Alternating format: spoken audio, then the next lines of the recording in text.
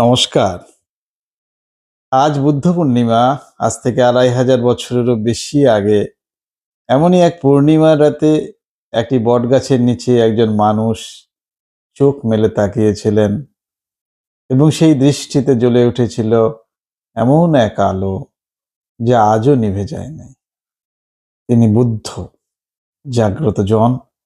তিনি কোনো ঈশ্বর ছিলেন না, তিনি ছিলেন একজন মানুষ, যিনি মানুষ হয়ে সীমা ছাড়িয়ে গেছেন। আজ তার জীবনের সেই অসাধারণ যাত্রার গল্প বলবো, যে গল্প শুধু ইতিহাস নয়, আপনার আমার জীবনেরও আয়না। আত্মদীপ ভব, নিজেকেই নিজের প্রদীপ করো। আজকের দিনে বুদ্ধের জীবন আমাদের জীবনে কিভাবে আলোকিত করতে পারে সেই নিয়ে একটু আলোচনা। বুদ্ধ পূর্ণিমায় আপনাদের সকলকে স্বাগত। সকলে ভালো থাকবেন। তো চলুন শুরু করি। খ্রিস্টপূর্ব ৫৬৩ সাল, লুম্বিনী উদ্যান, বর্তমানে নেপাল। রাজা শুদ্ধোধনের ঘরে জন্ম নিলেন এক পুত্র, নাম রাখা হলো সিদ্ধার্থ গৌতম। লোককথা বলে, জন্মের মুহূর্তেই নবজাতক ৭ পা হেঁটে বললেন, এ আমার শেষ জন্ম। পিতা রাজা ভয় পেলেন। জ্যোতিষীরা বললেন, এই শিশু হয় চক্রবর্তী সম্রাট হবে, নয়তো মহান সন্ন্যাসী। রাজা চাইলেন পুত্র যেন রাজাই হন। তাই সিদ্ধার্থের চারপাশে গড়ে তোলা হলো সুখের এক কৃত্রিম পৃথিবী, যেখানে কষ্ট নেই, রোগ নেই, মৃত্যু নেই। কিন্তু সত্যকে কি দেওয়াল দিয়ে আটকানো যায়? কি হয়েছিল তারপরে? বুদ্ধের সেই সুখের দিন, যেখানে তার স্ত্রী, পুত্র, পরিবার ছিল, রাজ পরিবার ছিল, বাবা মা ছিল, পরিজনরা ছিল, কি হয়েছিল? বুদ্ধের জীবনের পরে কিছু ঘটে যায় যা পৃথিবীর ইতিহাস বদলে দিয়েছে।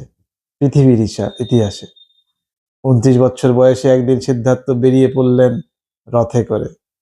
প্রথমবার দেখলেন এক বৃদ্ধ মানুষ শরীর ভেঙে পড়েছে, পা টলছে।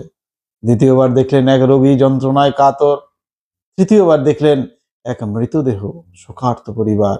আর চতুর্থবার দেখলেন এক সন্ন্যাসী শান্ত, নির্লিপ্ত, প্রশান্ত মুখে হেঁটে চলেছেন। সেই রাতে সিদ্ধার্থের ঘুম হলো না। তিনি ভাবলেন, সুখের রাজপ্রাসাদেও কি একদিন বার্ধক্য আসবে, রোগ আসবে, মৃত্যু আসবে? যদি তাই হয়, তাহলে এই বিলাসিতার কি মূল্য? এই রাতেই ঘুমন্ত স্ত্রী যশোধরা এবং স্ত্রী রাহুলকে রেখে রাজপুত্র বেরিয়ে গেলেন অন্ধকারে। এই ঘটনার নাম মহাভিনিষ্ক্রমণ। তিনি রাজ্য ছাড়লেন, মুকুট ছাড়লেন, বিলাসিতা ছাড়লেন, কিন্তু প্রশ্নটা ছাড়লেন না, দুঃখ থেকে মুক্তির পথ কোথায়? এরপরে সিদ্ধার্থ বিভিন্ন গুরুর কাছে গেলেন, শিক্ষা নিলেন, কিন্তু শান্তি পেলেন না। তখন নিলেন কঠোর তপস্যার ব্রত। ৬ বছর ধরে প্রায় না খেয়ে, না ঘুমিয়ে, শরীরকে কষ্ট দিয়ে একদিন সুজাতা নামের একজন মেয়ে তাকে দিলেন এক বাটি পায়েস খেতে। সিদ্ধার্থ খেলেন। ৫ জন সন্ন্যাসী তাকে ত্যাগ করে চলে গেল, বললেন এ পথভ্রষ্ট হয়েছে। কিন্তু সিদ্ধার্থ উপলব্ধি করলেন, অত্যাচার দিয়ে নয়, অত্যাচার দিয়ে সত্য পাওয়া যায় না। ভোগেও নয়, সত্য আছে মাঝ পথে, মধ্যপথে। তারপর সেই ঐতিহাসিক মুহূর্ত, বোধগয়ার একটি বটগাছের নিচে বসলেন তিনি। সংকল্প করলেন, সত্য না জানা পর্যন্ত আমি উঠব না। এই যে আসনে আমি বসলাম, সত্য না জেনে আমি উঠব না। সেই পূর্ণিমা রাতে দীর্ঘ ধ্যানের পরে তার চোখ খুলল, আর সেই মুহূর্তে সিদ্ধার্থ গৌতম হয়ে গেলেন বুদ্ধ। বুদ্ধ অর্থাৎ জাগ্রত জন, যিনি ঘুম থেকে জেগেছেন, অজ্ঞানতার ঘুম থেকে। বুদ্ধিলাভের পর বুদ্ধ এলেন সারনাথে। যে ৫ জন তাকে ছেড়ে গিয়েছিল, তাদের কাছেই দিলেন তার প্রথম উপদেশ। এই উপদেশই পরিচিত ধর্মচক্র প্রবর্তন নামে। কি আছে এখানে? এখানে আছে চতুরার্য সত্য। দুঃখ আছে, জীবনে কষ্ট আছে, এটাই বাস্তব। 2 নাম্বার দুঃখের কারণ আছে। তৃষ্ণা এবং অহংকারী হলো সকল দুঃখের মূল। 3 নাম্বার হচ্ছে দুঃখের নাশ সম্ভব, মুক্তি পাওয়া যায়, এটি সম্ভব। 4 নাম্বার বলছেন পথ আছে, সেই পথই হচ্ছে মধ্যমার্গ বা অষ্টাঙ্গিক মার্গ। আর এই অষ্টাঙ্গিক মার্গ হলো যে 8টি পথ, 8টি সঠিক পথ। কি সেগুলো? সম্যক দৃষ্টি, সম্যক সংকল্প, সম্যক বাক্য, সম্যক কর্ম, সম্যক জীবিকা, সম্যক প্রচেষ্টা, সম্যক স্মৃতি এবং সম্যক সমাধি। এই পথ কোনো ধর্মের পথ নয়, এটি মানুষের পথ। যে কোনো মানুষ, যে কোনো জাতি, যে কোনো বিশ্বাসের জন্য পথ। মধ্যমার্গ, না খুব কঠিন, না খুব নরম, মাঝামাঝি। বোধিলাভের পর থেমে থাকলেন না বুদ্ধ। 45 বছর ধরে ভারতবর্ষ ঘুরে হেঁটে বেড়ালেন। সারনাথ, রাজগীর, বৈশালী, শ্রাবন্তী, গ্রাম থেকে গ্রাম, নগর থেকে নগর। তার শিষ্য হলেন রাজা, ভিখারি, নারী, পুরুষ, শূদ্র, ব্রাহ্মণ, সবাই। তিনি কখনো বলেননি এই ধর্ম শুধু এই জাতির। তার কাছে সবাই সমান। যন্ত্রণায় যেমন সমান অধিকার, মুক্তিতেও সমান অধিকার। 80 বছর বয়সে কুশীনগরে তিনি এক জায়গায় শুয়ে পড়লেন। শিষ্যরা কাঁদছেন, বুদ্ধ হাসলেন, শেষ বাণী দিলেন, আত্মদীপ ভব, নিজেকেই নিজের আলো করো, অন্যের আলোয় পথ চললে পথ হারাবে। তারপর চোখ বুঝলেন চিরতরে, কিন্তু তার আলো নিভল না। সেখান থেকে আজকের দিনে স্বামী বিবেকানন্দ তার ঘরে বুদ্ধের ছবি রাখতেন।